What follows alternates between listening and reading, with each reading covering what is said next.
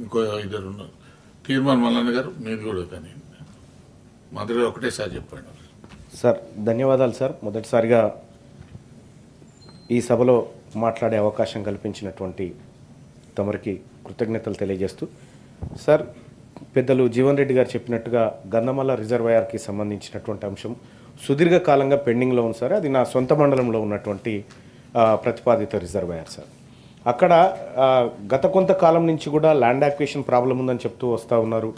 దాన్ని 9 టీఎంసీలు, ఆ తర్వాత 4 టీఎంసీలు, ఆ తర్వాత 1.5 టీఎంసీలు ఇట్లా పదే పదే మార్చుకుంటూ వస్తూ ఉన్నారు సార్. దాదాపు 7 సంవత్సరాలు గడిచింది సార్ దానికి సంబంధించిన అగ్రిమెంట్స్ పూర్తయి. కానీ నేటి వరకు కూడా గంధమల్ల రిజర్వాయర్ నుంచి ఎలాంటి ఒక కార్యక్రమం జరిగినట్టుగా కనిపించట్లేదు సార్.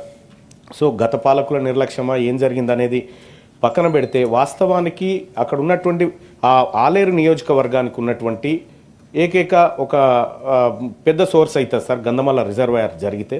సో ఆ గంధమల్ల రిజర్వాయర్ని నిజంగా ఇప్పుడు గత పాలకులు చేసినటువంటి నిర్లక్ష్యాన్ని సరిదిద్దుతూ ప్రస్తుత ప్రభుత్వం, ప్రజాప్రభుత్వం దీన్ని ముందుకు తీసుకుపోయి ల్యాండ్ యాక్విజిషన్ ఇబ్బందులు లేకుండా, ఎందుకంటే ఇప్పటికే మనం ఆ వీరారెడ్డిపల్లి, గంధమల్ల అనేటువంటి అంశాలను కుదించుకుంటూ వస్తూ ఉన్నాం. ల్యాండ్ యాక్విజిషన్ విషయాలు కానీ, టవర్స్ విషయంలో కానీ చాలా కుదించుకుంటూ వస్తూ ఉన్నాం సార్. దాన్ని త్వరితగతిన పూర్తి చేయడం కోసం ఏదైతే మేడిగడ్డ గురించి పెద్దలు జీవన్ రెడ్డి గారు ఎట్లయితే చెప్పినారో, సేమ్ గంధమల్ల రిజర్వాయర్ కూడా ఈ ఇంకేమైనా అలొకేషన్స్ ఉంటే కూడా ఈ బడ్జెట్లో కేటాయించాలని తమరి ద్వారా మంత్రి గారికి విజ్ఞప్తి చేస్తున్నాను సార్. నర్సిరెడ్డి గారు.